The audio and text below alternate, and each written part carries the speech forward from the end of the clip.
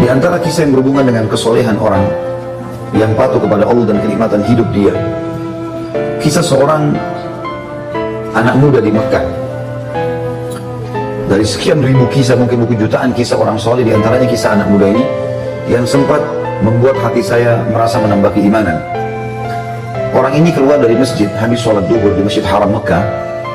Kemudian dia menemukan sebuah kantong. Kantong ini berwarna biru, biru ya, biru yang terang, yang bagus gitu. Kemudian dia buka kantong tersebut dan dia temukan di dalamnya ada permata zamrud, termasuk permata yang mahal. Di dunia ini pun sampai sekarang di masa kita juga dikenal dengan permata yang mahal. Di dalam Islam, Bapak Ibu sekalian, kita kalau menemukan benda yang jatuh, namanya luqatah dalam bahasa Arabnya. Hukum syar'inya, kita dianjurkan tidak menyentuhnya. Hukum syar'i. Bapak Ibu temukan HP, temukan duit, temukan dompet, gak usah diganggu, biarin di tempatnya. Hukum syar'inya begitu. Karena bisa saja pada saat kita ambil, mungkin orangnya datang 5 menit kemudian. Tapi kalau Bapak Ibu memang mau mengambilnya dan mau mengiklan, kalau mau mengambilnya syaratnya harus dia mengiklankan selama setahun. Kalau sudah setahun diiklankan tidak ada yang punya, bisa jadi haknya dia. Hukum begitu, hukum luqatah. Tapi anak muda ini melihat di depan Masjid Haram ada kantong terjatuh, diambil sama dia, lalu dia naik ke atas sebuah batu, dia iklankan. Dia mengatakan, wahai penduduk Mekah, dengarlah, saya menemukan kantong ini ya, dan siapa yang merasa memilikinya silahkan datang ke saya. Lalu diangkat sama dia tinggi-tinggi. Rupanya nggak ada yang mengaku. Dia teriak yang kedua kali, dia teriak yang ketiga kali, dia teriak yang ke-10 kali. Terus saja dia teriak, wahai muslimin, penduduk Mekah, ada nggak yang kehilangan kantong? Ini saya temukan. Nggak ada yang nyaut. Akhirnya dia bilang, karena di situ juga ada banyak pedagang-pedagang, maka dia bilang, wahai penduduk Mekah, kalau seandainya ada yang merasa barang ini milik dia, kalian sudah tahu rumah saya. Betul, orang-orang Mekah tahu rumah dia, karena dia penduduk Mekah. Maka tunjukkan rumah saya. Dengan hikmah Allah, baru saja anak muda ini pulang ke rumahnya, ada satu orang tua lewat di situ, sudah berjenggot putih, naik ke batu yang sama, cukup tinggi, lalu dia teriak, wahai penduduk Mekah, apakah ada di antara kalian yang melihat kantong saya yang jatuh? Sekali dia bicara, orang masih belum terlalu dengar, karena waktu itu tidak ada pengeras suara kayak kita sekarang. 2 kali, 3 kali, ada satu pengusaha di situ, ada pedagang yang datang mengatakan, wahai kakek tua, tadi sebelum anda naik ke atas batu ini, ada orang yang, anak muda yang menemukan kantong, mungkin itu yang anda cari. Rumahnya di sana, ditunjukin. Dan cerita kakek ini pun pergi ke sana, dan kakek ini waktu mengiklankan, siapa yang menemukan kantong saya akan kasih sekian dinar. Kalau tidak salah itu 50 atau sekian banyak dinar ya, jumlahnya cukup besar. Maka pada saat itu Bapak Ibu sekalian, dia pun datang, si kakek ini datang ke rumah si anak muda tadi. Setelah salam, dia datang ke sana, kemudian dia menawarkan menanyakan apakah memang kalau temukan kantong. Dia bilang iya. Baik. Kemudian anak muda ini mulai menanyakan apa ciri-cirinya. Disebutkan cirinya semua seperti ini. Sebenarnya ini bukan sifat orang muslim, orang mukmin. Dia tidak boleh juga begitu orang mengaku main kasih saja. Perlu ditanya, sebenarnya dipastikan supaya jangan ada kesalahpahaman. Setelah dia pastikan semua memang betul punya kakek ini, maka dia pun memberikan kepada anak kakek tadi. Si kakek ini juga mengeluarkan uangnya tadi yang dia mau kasih, karena sudah janji mau kasih. Anak muda ini tolak, enggak, saya enggak mau. Saya tidak pernah mengembalikan dengan niat dibayar. Kalau orang tua itu mengatakan, tapi saya sudah niat. Dia bilang enggak bisa, saya tidak mau. Terus saja si kakek tua ini mendesak anak muda untuk terima balasan. Dia bilang dia tidak mau. Sampai akhirnya si kakek tua ini sudah putus asa, dia nggak bisa berikan, dia pulang. Mereka cerita Bapak Ibu sekalian, 3 bulan setelah itu, si anak muda ini merasa kehilangan atau kekurangan dari sisi pendapatan. Maka dia dalam hatinya tersirat, dia mau keluar dari Mekah, cari pekerjaan di luar Mekah, karena Mekah waktu itu belum zaman seperti kita sekarang. Dia bilang, saya mau cari rezeki, mau cari modal, nanti saya kembali lagi ke Mekah. Dia menuju ke Jeddah, ya, yang sampai memang dari zaman dulu sudah pelabuhan di sana. Dia naik kapal, kemudian dengan niat mau pergi ke satu negeri di Afrika sana cari kerja. Di tengah lautan, subhanallah, kapalnya dihantam oleh ombak, hancurlah kapal itu.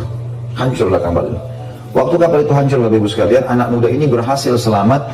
Dengan hikmah Allah, dia berpegang pada sisa potongan kapal itu, kayunya, dia bertahan sana. Tapi dia pingsan. Dia sadar waktu sudah ada di tepi lautan. Waktu dia tiba di tepi lautan, dia kaget. Ini sudah menjelang subuh waktu itu, malam menjelang subuh. Dia kaget, dia bangun, dia coba lihat pesisir pantai tersebut. Dia lihat bangunan terdekat ada satu masjid, tapi tua. Masjid ini sudah tua, penuh dengan lawak-lawak gitu. Sudah kayak masjid tidak diurus. Dia lihat, ya, sarang laba-laba. Baiklah. Yang jelas karena sudah tidak dirawat, maka kelihatannya sudah kumuh ya. Dia pun melihat waktu subuh sudah tiba dalam kondisi bajunya basah. Dia baru sadar dari pingsannya, dia bersihin masjid itu semampunya, lalu dia azan di masjid itu. Waktu dia azan, rupanya masyarakat sekitar situ dengar itu kalau ada azan, maka mereka pada datang. Sholatlah bersama anak muda ini. Azan, sholat sunnah, kemudian iqamah, disuruhlah anak muda ini jadi imam. Ditunjuk oleh orang itu jadi imam, dia jadi imam, dia sholat. Begitu salam, lalu kemudian orang-orang ini bilang, Anda ini dari mana? Kamu ini dari mana? Dia cerita sama dia, saya dari Mekah, saya naik kapal, kemudian kapal kami tenggelam, saya tiba di sini pinggir pantai, saya ada masjid, udah nggak dirawat, saya bersihkan, sudah waktu subuh saya azan. Kata mereka, kebetulan kami butuh imam, bisa nggak jadi imam di sini? Sekarang mengurus masjid ini, nanti kami kasih gaji. Baiklah, tinggal anak muda tersebut 3 bulan. Jadi sekarang sudah 6 bulan meninggalkan 6 bulan dari kasus ketemu sama si kakek tadi. Kakek itu tinggalkan rumahnya tadi di Mekah 3 bulan, kemudian dia baru keluar dari Mekah. Setelah itu tiba di pulau ini, 3 bulan lagi dia tinggal jadi imam.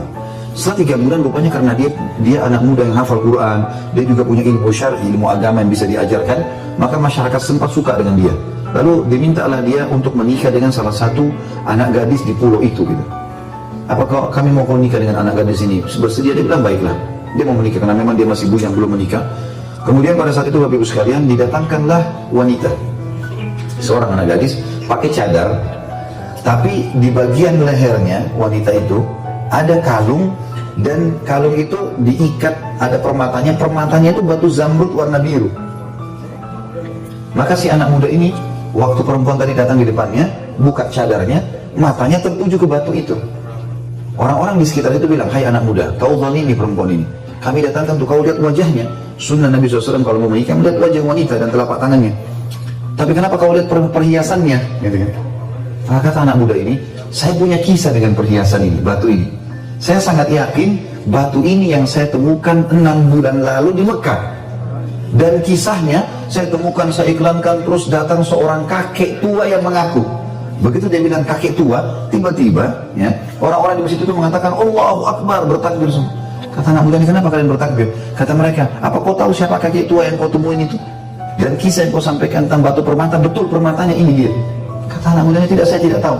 Kata mereka, itu adalah ayahnya anak perempuan ini. Ayahnya anak perempuan ini. Semenjak dia pulang ke pulau ini 3 bulan lalu, gitu kan, 6 bulan lalu dia pulang ke pulau ini, dia bilang dia selalu cerita tentang kamu. Dan dia meninggal sekitar 3 bulan, beberapa hari setelah dia pulang. Dan itulah sebabnya kenapa masjid ini tidak diurus, karena dia dulu imam di sini, nggak ada yang bisa gantiin. Dan dia sebelum meninggal berdoa, dan kami dengar dia berkata, ya Allah, jadikanlah anak muda di Mekah itu jodoh anak saya. Itu kisah nyata. Kata anak muda ini, subhanallah, saya menikah dengan istri saya ini, maka permata itu yang tadinya dia kembalikan karena Allah, nggak mau terima balasan, gitu kan? Dia bilang, saya kembalikan sekarang menjadi milik saya sama istri saya. Berjalan 6 bulan pernikahan selanjutnya, dengan hikmah Allah ajal istri saya datang, meninggal, maka saya menjadi pewaris tunggalnya permata itu. Dia kembalikan tadi karena Allah, Allah balas dia, permata itu jadi punya dia. Kuasa Allah Subhanahu wa ta'ala. Ada banyak kisah berhubungan dengan seperti ini.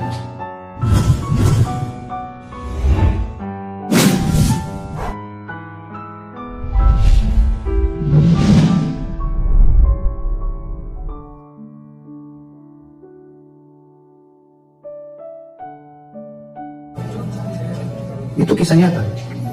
Kata anak muda ini, subhanallah, saya menikah dengan istri saya ini, maka permata itu yang tadinya dia kembalikan karena Allah, nggak mau terima balasan, gitu kan? Dia bilang, saya kembalikan sekarang menjadi milik saya sama istri saya.